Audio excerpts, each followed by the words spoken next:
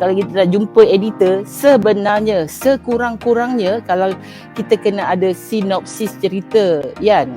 Sinopsis cerita. Ramai orang kalau di Dewan Bahasa memang kami pegang ni. Saya ingat editor ketua bahagian baru pun baru buku sastra yang menggantikan Puan Zaitun Ismail pun dia ada itu dikeluarkan tentang siapa nak menghantar karya ke buku sastra, hantar dulu sinopsis cerita. Kenapa kita kata sinopsis cerita tu perlu editor nak tengok dulu sinopsis cerita. Jangan sampai dah siap cerpen, kan, kita pun tulis dah siap kita hantar, kemudian ada nak kena ubah tu, ubah ni kan tak sesuai, ataupun dia tengok cerita ni dah ada orang tulis dah. Jadi sebab tu pentingnya sinopsis, dan kena nak juga terangkan bahawa sinopsis ni jangan silap ramai orang beranggapan bila sinopsis tu ialah ringkasan buku yang dah siap. Mana buku dah siap, sinopsisnya apa? Buku ini mengandungi berapa bab. Contoh kan, dia bermula dengan bab apa, kisah, tema dia apa, bukan. Sinopsis ini ialah jalan cerita, alur cerita. Dah dia masukkan betul-betul plot cerita tu. Bila editor tengok sinopsis tu, dia dah faham. Dia dah faham inilah jalan cerita, dan biasanya editor akan tengok, bila dia tengok sinopsis dia akan tengok, oh cerita ni dah ada. Kalau nak buat lain sikit, kena ambil sudut lain, bidang lain.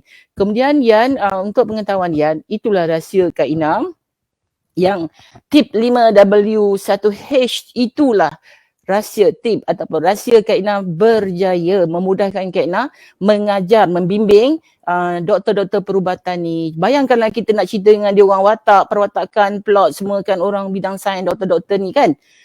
Memang tu yang Kak Ina kata ada student yang bangun pagi, ada peserta yang bangun, prof tu bangun, dia kata saya silap kelas. Kan? Tapi alhamdulillah dia dah boleh jadi cerpen. Jadi Kak Ina cara mudah Kak Ina gunakan 5W ni, 1H ni, Kak Ina nak mudahkan dia faham.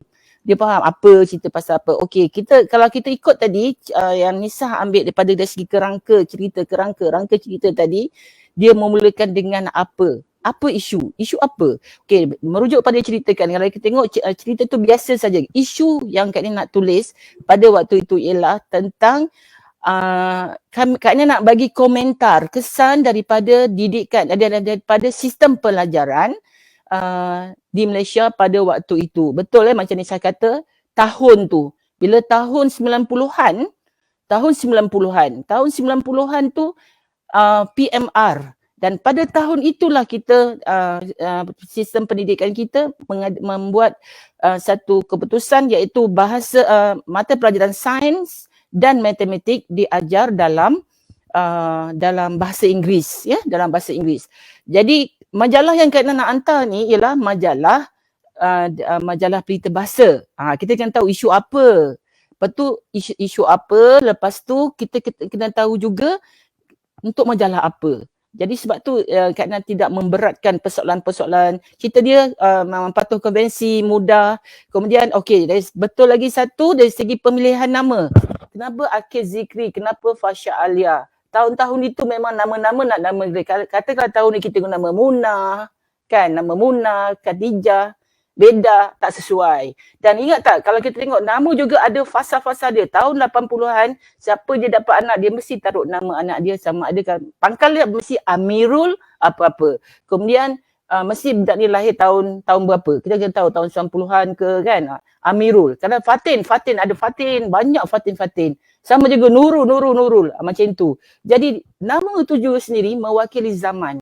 Itu pun kita kena ambil tahu tu, kerana sangat suka penerangan Nisah yang sangat jelas. Okey, kita berbalik kepada slide tadi yang kami kata sinopsis. Inilah sinopsis yang Kak Ina masukkan, ialah sinopsis. Dalam sinopsis tu sudah ada alur cerita yang sebenar dalam cerpen itu.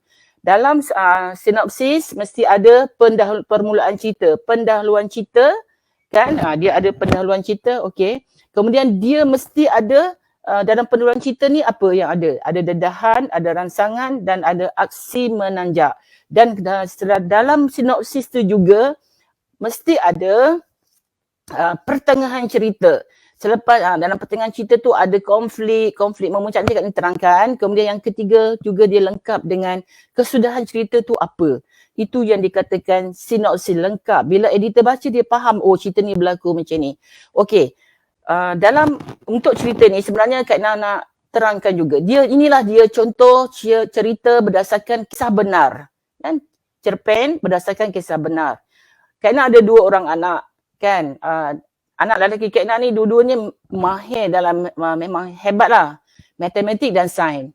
Abang dia dapat keputusan bagus. Jadi adik ni kecewa sangat bila PMR dia orang ni berlawan tau nak dapat best. Jadi dia tak dapat bagus pada itu. Yang dedahan cerita tu yang Kak Ina masukkan. Mulakan dengan watak Akil Zikri ni sebagai watak utama. Dia gagal nak dapat cermelang dalam 8A. Dan dia lagi kecewa dia apabila kawan baik dia ni, Hazim dan Hairul, 2 orang ni dapat bagus, keputusan bagus. Kan? Mulakan dedahan. Mana kita mulakan penggunaan cerita tu kawasan di sekolah, mereka baru dapat keputusan. Jadi risau, dia punya kecewa tu, dia kecewa nak bawa balik keputusan, nak tunggu mak tengah tunggu keputusan dan abang yang mesti akan gelak lagi dia, kau kata nak dapat best macam tu kan. Itulah contoh, itu cerita sebenarnya. Okey. Tetapi sebab Kak Ina ada rancangan Kak Ina ialah nak buat isu ni Kak Ina nak bagi komentar tentang kesan matematik dan sains diajar dalam bahasa Inggeris, apa kesan kepada pelajar yang pada waktu itu anak Kak Ina lah. Jadi bila dia PMR tu tak berapa bagus, dia janji, ada anak nombor 2 ni, dia janji dia akan bagi hadiah cemerlang untuk keputusan dia untuk SPM dia nanti. Tapi yang berlaku pada itulah berlaku perubahan dasar pendidikan, bahasa Inggeris diajar dalam bahasa matematik dan sains diajar dalam bahasa Inggeris.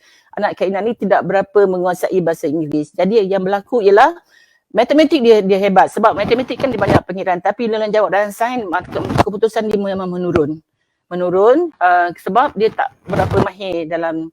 Jadi kat sini Kak Ina nak sampaikan mesej Kak Ina tadi, mesej yang Kak Ina nak sampaikan tu tak boleh, cerita tu macam itu saja sebab dia belum jadi apa lagi masa tu. Cuma berdasarkan kegagalan dia dan Kak Ina nak bagi komentar tentang kesan kepada pelajar tentang sistem pendidikan yang berubah tu kan. Okey, jadi ini di sinilah berlaku yang Kak Ina kata akan berlaku satu rangsangan di mana kita kena cipta tau. Kita macam apa yang jadi, macam contohnya macam rangsangan ni, kesan daripada dedahan tadi, apa yang menyebabkan dia lagi kecewa. Dia jadi kecewa sebab apa? Sebab dia rasa dia tak boleh nak pergi jauh lagi. Sebab masalah bahasa Inggeris ni. Kemudian yang kadang kata aksi menanjak tu kan, Kak Ina masa ni tidak lagi Kak Ina masukkan watak yang nak menggerakkan cerita kan. Dia menanjak tu maknanya dia ada kait dengan pertengahan cerita tu, maknanya makin teruk. Jadi bila dia rasa dia tak boleh untuk matematik sains tu, dia tak akan capai, dia sekali lagi akan gagal. Itu sebab dekat aksi menanjak tu Kak Ina masih menggambarkan macam mana dari yang Kak Ina dedahkan watak Akil Zikri tu, dia kontradik tau, dia nak berjaya tapi ada halangan. Kan? Dalam cerpen kan mesti ada macam konflik cerita. Kalau tidak dia menjadi mendata saja kan. Okey, sekarang kita pergi ke pertengahan cerita pula dari segi sinopsis. Okey. Inilah pertengahan cerita untuk cerpen Keranamu Fasha Alia. Okey. Sebelum tu Kak Ina. Ya. Yeah. Okey, saya nampak dah ke arah mana yang permulaan tu pun, dalam permulaan tu pun memang kena detail ya. Secara visual pun kita kena bayangkan watak ini bergerak macam mana. Ya. Kita kena fikir agenda dia, kita kena detailkan kat depan tu kerana kita dah nak fikir agenda dia yang sebab kita pegang pada tadi tulisan ini untuk siapa? Untuk apa? Nak bagi komentar tentang sistem pendidikan pada waktu tu kan. Sebab tu Kak Ina nak takkan tiba-tiba muncul je konflik kan. Okey. Nak timbulkan konflik tu mana dia dah dekat permulaan cerita dia tahu dia nak perbaiki SPM dia, tapi di tengah-tengah tempat dia dah dapat halangan dah. Bila matematik dia tak boleh kuasai bahasa Melayu, sains tadi disebabkan masalah kena dalam menjawab dalam bahasa. Tapi matematik dia terror sebab dia masih lagi okey, dia boleh ni. Okey. Baik, saya faham. Okey, teruskan Kak Ina. Okey, jadi kan dalam pertengahan cerita tu, okey, bila Kak Ina nak sampai ke agenda Kak Ina tu, cerita tu tak boleh nak pergi tu. Tak boleh nak pergi sebab cerita tu sampai situ tu, benda tu belum jadi pun lagi. Jadi inilah berlaku yang dikata proses mencipta watak untuk menggerakkan cerita ni. Kan dalam pertengahan pertikaian, kerumitan dan klimaks ni, bagi Kak Ina minum air sikit boleh? Sekejap Boleh. Dekat kering. Bismillahirrahmanirrahim. Okey. Dalam apa yang ada dalam pertengahan cerita ni lah, inilah konflik cerita dia. Mesti ada pertikaian, kerumitan dan klimaks cerita tu. Kan sebab tu daripada cerita tu dah kerana ending kan tadi dekat permulaan tu dia rasa dia tak boleh nak pergi. Dia masih gagal lagi lah untuk beri kejayaan kepada mak dia kan sebagai satu hadiah nanti untuk SPM dia. Jadi Kak Ina kena fikirkan untuk sampaikan agenda Kak Ina tu untuk bagi komentar tentang isu tu. Okey, isu bahasa tadi kan ialah Kak Ina kena wujudkan satu watak, dua watak sebenarnya. Tak sekali ikut watak yang Kak Ina ni ialah watak watak Rafiq, watak ni Rafiq satu, kemudian Kak Ina masukkan lagi ni Rafiq kan, Rafiq, satu lagi Fasha Alia. Fasha Alia tu ialah watak ciptaan Kak Ina sebenarnya. Dan Rafiq tu ialah satu watak yang Kak Ina nak bagikan nanti pertikaian dan berlaku lagi kerumitan dan berlaku lagi klimaks. Cuba tengok kat pertikaian ini. Kak Ina masa dia pertengahan cerita Kak Ina mula tampilkan watak baru iaitu untuk gerakkan cerita ni lah kan. Jadi Rafiq dan Azri ni kawan baharu yang ni pintar dan menguasai bahasa Inggeris. Okey, Rafiq ni Rafiq ni lah watak barulah. Dia ni pelajar pintar. Dia ni memang bagus bahasa Inggeris dia kuasai. Tapi ada Rafiq ni baik dengan Fasha Alia. Kan Fasha Alia ni pun budak pandai juga. Tapi dia tak berapa pandai matematik. Kita dalam cerita fakta konvensi ni, kita dalam mereka cerita tu mesti kena jaga dari segi sebab akibat mesti betul. Mesti logik, mesti jelas. Kan? Jadi nak fikirkan tentang logik dan jelas itulah kerana munculkan watak Fasha Alia tu, dia ni pelajar cantik dan pintar. Kenapa kerana masukkan unsur cantik, ada dalam ni nanti ada unsur cinta-cinta sikit kan, dia sebagai pemanis cerita kerana ini ialah cerpen untuk sasaran pembaca dia remaja iaitu majalah pelita bahasa kan. Jadi sikit-sikit, siapa kata Dewan Bahasa dia terus tolak kisah-kisah cinta? Tidak, cinta-cinta yang macam sebagai bunga-bunga bagi pemanis cerita yang beri positif kepada cerita kan. Dengan adanya Fasha Alia ni dia semakin belajar, semakin semangat kan. Okey, kita tengok lagi. Logik yang Kak Ina buat ialah Fasha Alia ni ialah yang kena ceritakan tu watak Fasha Alia. Dia ni lah anak doktor yang menguasai bahasa Inggeris. Bila lazimnya anak doktor biasanya mereka ni berkomunikasi dalam bahasa Inggeris kan. Jadi logiknya macam tu. Jadi latar masa ni kan buat ni nanti bacalah nanti kalau siapa nak ambil pun ini pun boleh untuk dihayati dengan lebih mendalam. Tapi yang penting Kak Ina nak terangkan kat sini ialah Fasha Alia ialah watak ciptaan Kak Ina dan Rafiq ialah watak ciptaan Kak Ina yang Kak Ina akan timbulkan pertikaian ni akan menjadi semakin rumit. Dari sini akan pertikaian, dari sini akan berlaku pertikaian yang semakin rumit pada pertengahan cerita tu apabila kenapa Akil Zakri ni kan dia semakin rapat dengan Fasha Alia ni apabila Fasha Alia ni minta Akil Zakri ajar dia matematik. Ajar dia matematik dia tahu dia. Tapi kenapa dia tak minta dengan Rafiq? Dia tak suka Rafiq. Rafiq sombong, ego dan Rafiq ni selalu macam buli-buli Akil Zakri kan. Jadi akhirnya kan Fasha Alia ni dapat dia terror matematik, dia bagus matematik, boleh berbaik dengan Akil Zakri dan Akil Zakri pun menguasai menguasai balik subjek sains dia kerana bahasa Inggerisnya dibantu oleh Fasha Alia tadi. Okey, klimaks cerita ni apa? Klimaks cerita ni dalam sinopsis ni ada dah siap, kita dah sempurnakan dia punya alur cerita tu. Fasha Alia dia tak suka kepada Rafiq kerana sombong dan bongkak tadi angkuh kan. Jadi Fasha Alia ni dia tetap memilih Akil Zakri untuk belajar dengan dia. Akil Zakri pula semakin bahagia ni yang cerita tadi kan, yang kena cerita tadi kan. Okey.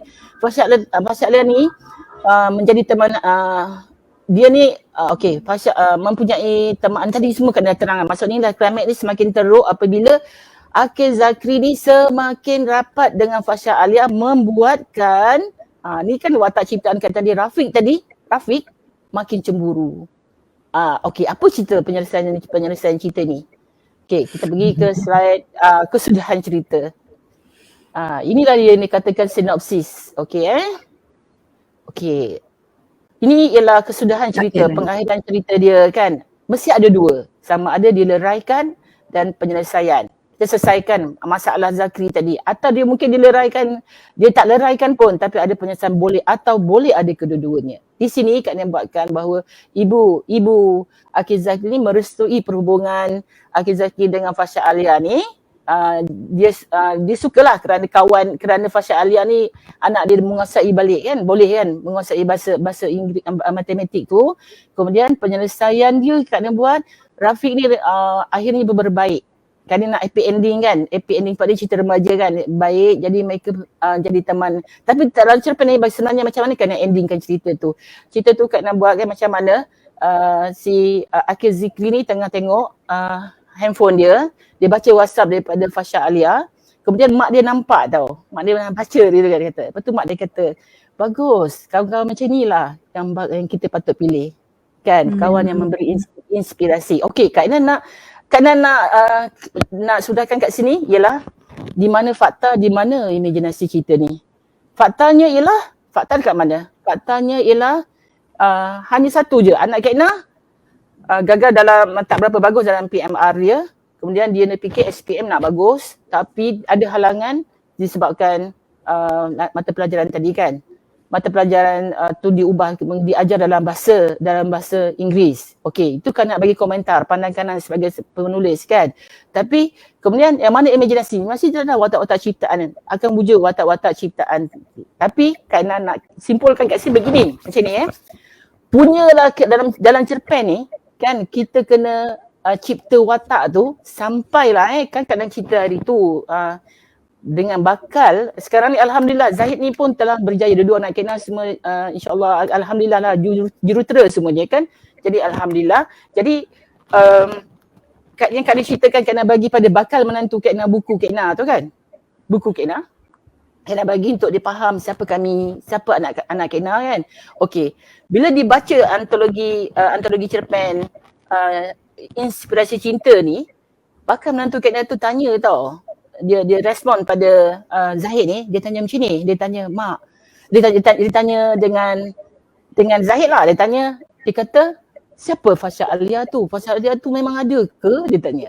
Sampai bayangkan mungkin dia cemburu ke kan, ada rasa macam tu, siapa Fasha Alia kan. Lepas tu anak Kak Ina gelak kan, sebenarnya saya pun dulu tanya, mak Fasha Alia ni ada ke mak? Kalau ada bagus, dia nak. Begitulah berjayanya seorang penulis mencipta watak tu. Itulah dia katakan bezanya antara cerpen kan, cerpen kisah benar berdasarkan dengan cerpen berdasarkan kisah benar. Dan Kak Ina jangan cakap ini betul-betul terakhir lah. Okey, boleh silakan, ada masih lagi. Ikutlah cara ni Yan, kerana Kak Ina selalu kalau penulis lama dia tak nak buat benda ni. Dia tak nak buat kan. Bagi dia akan terus menulis dan terus menulis macam itu kan. Tapi untuk mengelakkan daripada karya anda kan ditolak kan, kalau dalam buku umum tahu kita hantar manuskrip, sebelum hantar manuskrip kepada editor kita ada contoh dia perancangan judul nama dia. Dia proposal proposal. Ya, dalam karya kreatif ni sama ada novel atau cerpen, hantarlah sinopsis tu kepada dia. Inilah juga yang Kak Ina buat dengan doktor-doktor perubatan tu. Dari sinopsis yang mereka hantar tu lah Kak Ina bagi komentar. Dan bukan setakat komentar tau, kalau bagi komen tu Kak Ina bagi pandangan. Patutnya buat macam ni, patutnya macam ni. Okey, tambah lagi. Dan berlaku juga Kak Ina kata, gugurkan watak ni banyak sangat. Kan? Nanti sama tak ada watak yang dominan. Macam tu. Kan daripada sinopsis tu editor boleh bagi pandangan tu atau pembimbing akan boleh bagi pandangan. Bahkan juga berlaku kan dengan doktor-doktor pakar ni, mereka ni ada dalam bidang-bidang yang sama, pakar bidang-bidang yang sama kan. Jadi yang ni dah tulis tau. Jadi Kak Ina akan menghormati kepada siapa yang hantar sinopsis awal. Jadi yang hantar sinopsis baru macam cerita dekat sama, tapi Kak Ina akan bimbing dia berdasarkan okey buat dari segi ni pula. Dari sudut ni. Kita boleh bentuk, editor boleh bagi pandangan sinopsis tu macam mana supaya tidak sama. Kita bercerita yang sama, sama juga kalau kita hantar manuskrip, tiba-tiba kita hantar selepuk, okey ni saya punya novel ataupun cerpen. Tiba-tiba dia baca dah ada orang tulis ni. Ini dah banyak kali orang tulis. Kan keras kan, dah tulis satu manuskrip je. Tapi bila kita hantar sinopsis tadi, editor boleh bagi pandangan. Dia akan kata, okey, cerita ni dah ada orang tulis, tapi kalau puan atau saudara nak tulis, cuba buat yang macam ni pula, macam ni. Dia boleh bagi pandangan. Itu yang pandangan untuk menjadi kelainan, satu yang baru ataupun tak sentuh yang pernah terbit tadi kan. Itu yang masuk kena tu. Jangan sampai kita akan kecewa, kita dah bagi tahu satu kampung, kita dah siap satu novel, satu manuskrip, dah hantar tengah tunggu Dewan Bahasa kalau mana penerbit nak terbit lah. Tiba-tiba ditolak kan. Dan kalau kita hantar serasi kan senang. Itulah masuk kena